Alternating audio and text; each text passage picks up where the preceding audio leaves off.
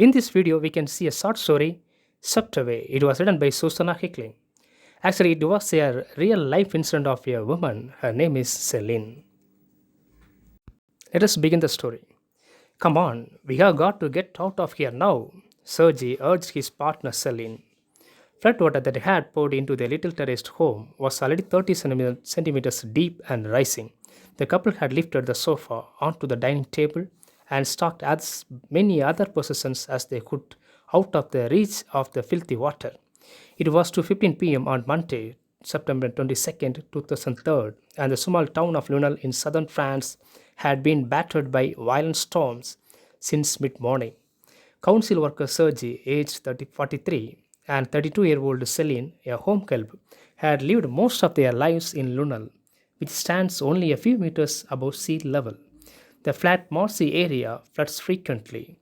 This was the second time in just over a year that the couple had found the home invaded by water. Sergei and Celine stepped out into the street, now a fast flowing thigh high river. They waded across the road and Celine stepped over a low hedge which separated the street from the pavement. Sergei was following close behind when he saw Celine fall. In an instant, she had disappeared below the water.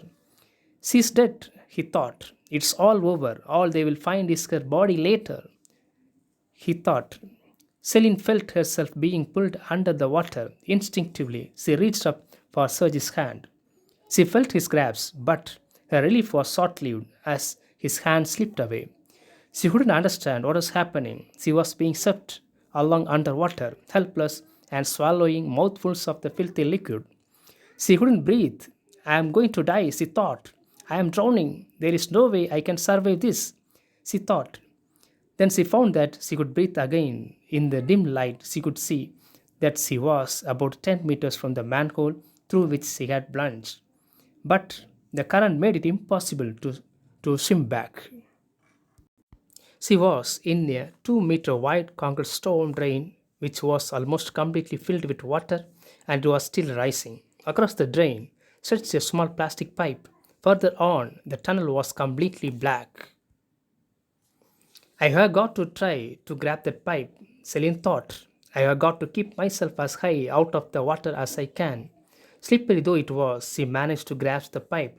With a supreme effort, she pulled the upper part of her body out of the water and maneuvered herself against the wall to stop herself being swept further along the drain. Above ground, Sergei panicked. Help, help, he cried, wading as fast as he could to his nearest neighbor's house. Quick, Celine's been sucked down a drain. I have got to go back. I have got to get her out. No, said Louis Martinez, who lived opposite the couple. We will ring the fire brigade, said Louis Martinez.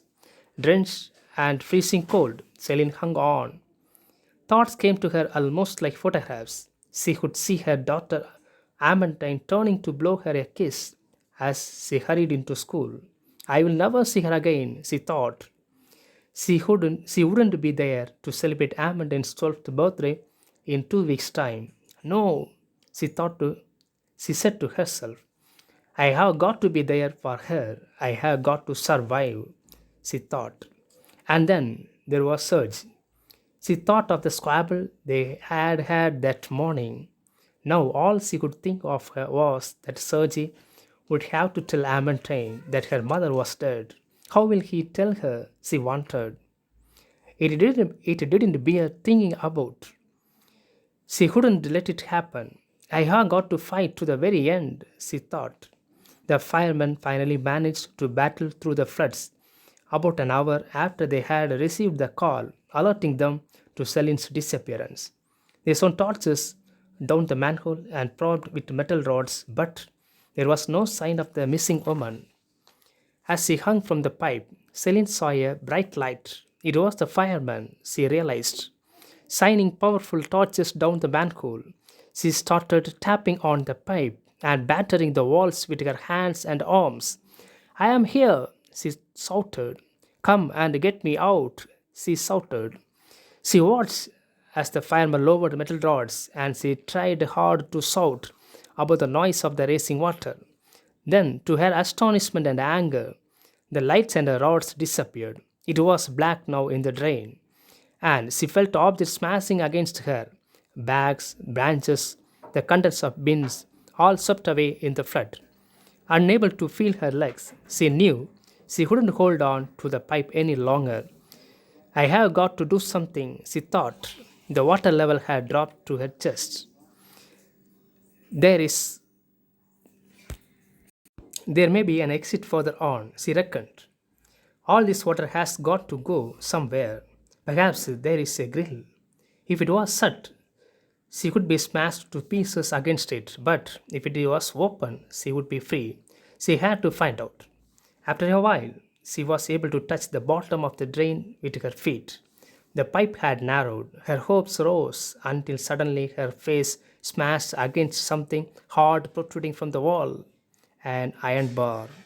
Celine lost consciousness for a moment and came round to find herself once more going under the water. At the same time, she could feel something above her.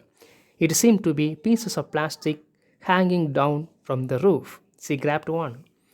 Soon the water picked up speed. The current became more and more difficult to resist, and Celine could no longer walk. Forced onto her back, she once again felt herself being sucked along out of control. She couldn't hold on to the plastic any longer. She felt her body being thrown around by the water, turning over and over in the icy deluge. Her shoulder, then her legs and knees slammed against the concrete wall, still being buffeted by the terrifying force of the storm water. Celine did not immediately realize that she was in the open air. Night was falling. Then really hit her. Then reality hit her. I am outside, I am outside, she thought jubilantly. She was in a ditch whose water had overflowed into a large flooded area with houses on one side and fields on the other. She grabbed some tufts of grass and reeds, but still unable to lift herself out of the torrent, she screamed for help. Above the roaring of the water, she heard a man's voice. Jack Pedroso, a 45-year-old teacher, was standing on concrete platform just above the storm drain exit, checking that his daughter's horse was all right. Is there someone down there? He shouted. Yes, I am here, I am here. Celine yelled back. What's the time? It's after 7 p.m., he replied. Celine was amazed. Have I been down here for 5 hours? Ring Sergi, she shouted. Tell him I am alive. He thinks I am dead. Jack could see that the woman was weak and still in danger. No, calm down, he said. You have got to get out of that river first.